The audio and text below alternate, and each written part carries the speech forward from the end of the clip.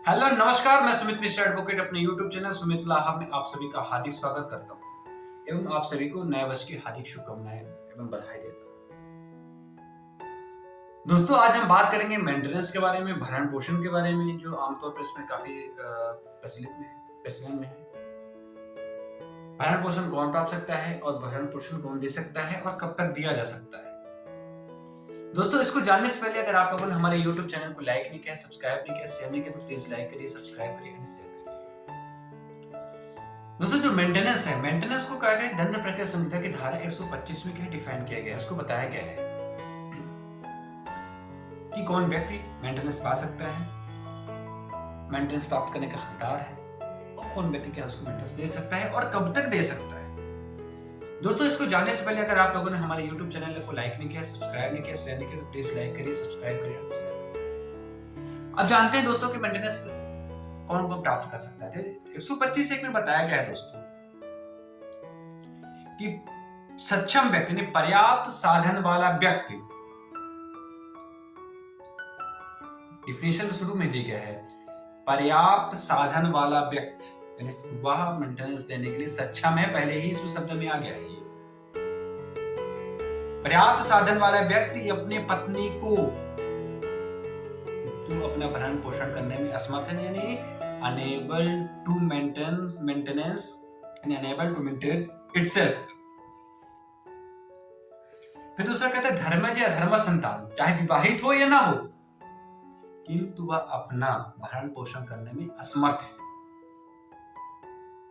तीसरा कहता है कि धर्मज या अधर्म संतान, चाहे पुत्री उसकी विवाहित ही न हो किंतु अवयस्क है और उसकी शादी हो चुकी है, लेकिन उसका जो हस्बैंड है, उसका पति है, वह भरण पोषण करने में असमर्थ है।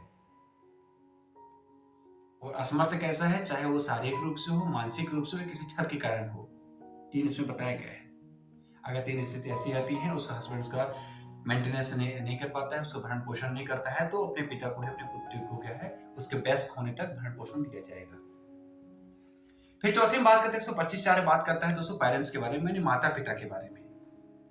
इन्हें माता पिता अगर अपना भरण पोषण कर पाने में असमर्थ है तो ऐसे स्थिति में क्या है कि अपने पुत्र से भरण पोषण प्राप्त करने के हकदार है और उनका पुत्र सक्षम है तो उनको भरण पोषण को देना पड़ेगा ही पड़ेगा।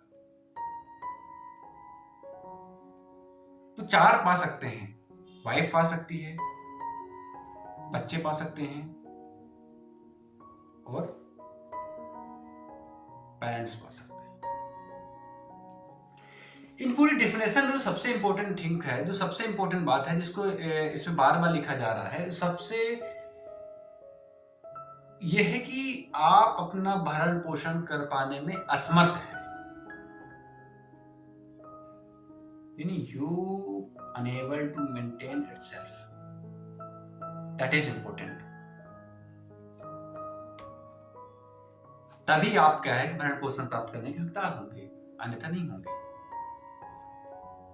और इसमें ये कहा गया कि अब क्या है कि एप्लीकेंट जो होता है, आवेदक जो होता है या आवेदिका जो होती है, भरण पोषण करने के लिए मजिस्ट्रेट के प्रथम वर्ग मजिस्ट्रेट के आवेदन करती है कि भाई हम अपना भरण पोषण कर पाने में असमर्थ हैं, हमको हमारे पति से, हमारे पुत्र से हमको भरण पोषण मेंटेनेंस दिलाया जाए।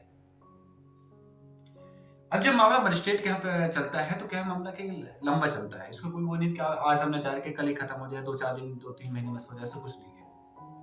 जब मामला चलता है तो थोड़ा लंबा खिंचता है और इसी लंबित कार्यवाही के दौरान एप्लीकेंट के अंतरिम भरण पोषण प्राप्त करने के लिए एप्लीकेशन दे देता है और मजिस्ट्रेट कार्यवाही की प्रक्रिया को देखते हुए कि भाई ये लंबी चलेगी और इसी तरह के अंतरिम भरण पोषण का जो आवेदन एप्लीकेंट के द्वारा दिया गया है उसी में आदेश कर देता है कि भाई जब तक ये गुण दोष के आधार पर यह इसका आदेश नहीं होता है इस एप्लीकेशन का, तब आप अंतरिम मेंटेनेंस पा सकते हो, अंतरिम मेंटेनेंस आप इसको दे सकते हो, ये आदेश हो जाता है।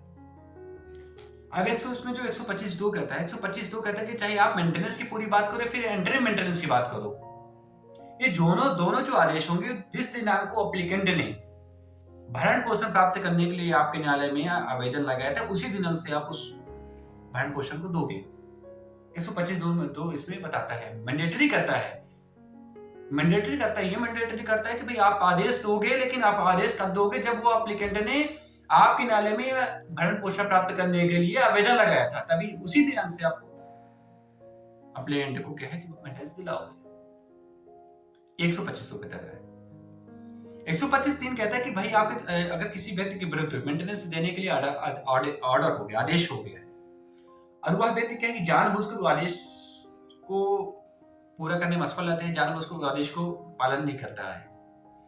अगर मजिस्ट्रेट का समाधान हो जाता है कि व्यक्ति क्या है कि जानबूझकर हमारे दिए गए आदेश का पालन नहीं करता है, तो ऐसी स्थिति में क्या है कि वह वसूली का आदेश दे सकता है।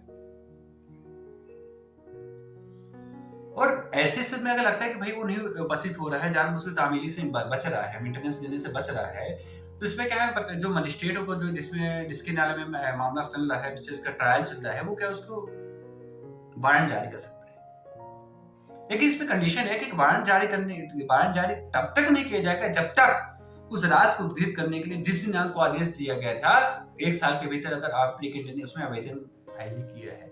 इसमें जो सबसे इंपॉर्टेंट है, यानी 1 साल के अंदर, आदेश दिनांक से के 1 साल के अंदर आपको वसूली के लिए आवेदन फाइल करना पड़ेगा, वो कहलाता है एग्जीक्यूशन। तभी उसमें क्या है, मजिस्ट्रेट क्या है वारंट जारी कर सकता है। 125(4) दोस्तों ये कहता है कि भाई कौन सी स्थितियां ऐसी होंगी जब हस्बैंड अपने वाइफ को मेंटेनेंस नहीं देगा। निम्न 3 स्थितियां हैं जब कोई भी वाइफ अपने हस्बैंड से मेंटेनेंस प्राप्त करने की हकदार न होगी। पहला ये है कि वह जाड़ता के दशा में अपना जीवन व्यतीत कर रही है। वाइफ जातक दशा में अपना जीवन व्यतीत कर रही है। सेकंड होता है इसमें कि आप अपने पति से पर्याप्त कारण के बिना अलग रह रहे हो। दूसरा रीजन ये हो गया, यानी हस्बैंड को और वाइफ के बीच में ऐसा कोई भी रीजन दर्शित नहीं होता है कि आप दोनों अलग रहो, फिर भी बिना रीजन के अगर आप अपने हस्बैंड से अलग रह रहे हो, पति चाह रहा है कि आप उसके पास रहो, अगर ऐसी स्थिति आती तो भी पत्नी क्या है कि भरण पोषण प्राप्त करने की हकदार नहीं होगी, लेकिन इसको साबित करना पड़ेगा। और तीसरा कारण ये है कि अगर हस्बैंड और वाइफ पारस्परिक सहमति से अलग रह रहे हैं, ऐसी स्थिति में भी क्या है कि वाइफ अपने हस्बैंड से मेंटेनेंस प्राप्त कर पाने की हकदार नहीं होगी। तीसरी स्थिति है। अब 125(5) कहता है कि ये कहता है कि अगर 125(4) में जो 3 स्थितियां बताई गई हैं, पत्नी जातक दशा में अपना जीवन व्यतीत कर रही हो, पत्नी पर्याप्त कारण के बिना अपने हस्बैंड से दूर रही हो, और पति एवं पत्नी पारस्परिक सहमति से एक दूसरे से अलग रह रहे हो, अगर ये तीनों तथ्य न्यायालय के सामने साबित कर दिए जाते हैं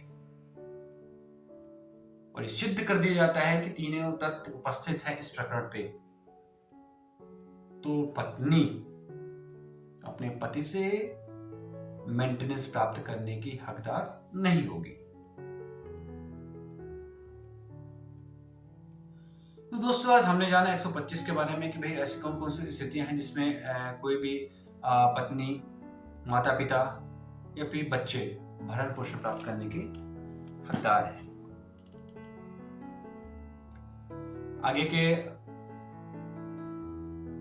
एपिसोड में कुछ नई चीजें लाएंगे, कुछ नई चीजें के लिए बात करेंगे। तब तक के लिए नमस्कार, जय हिंद।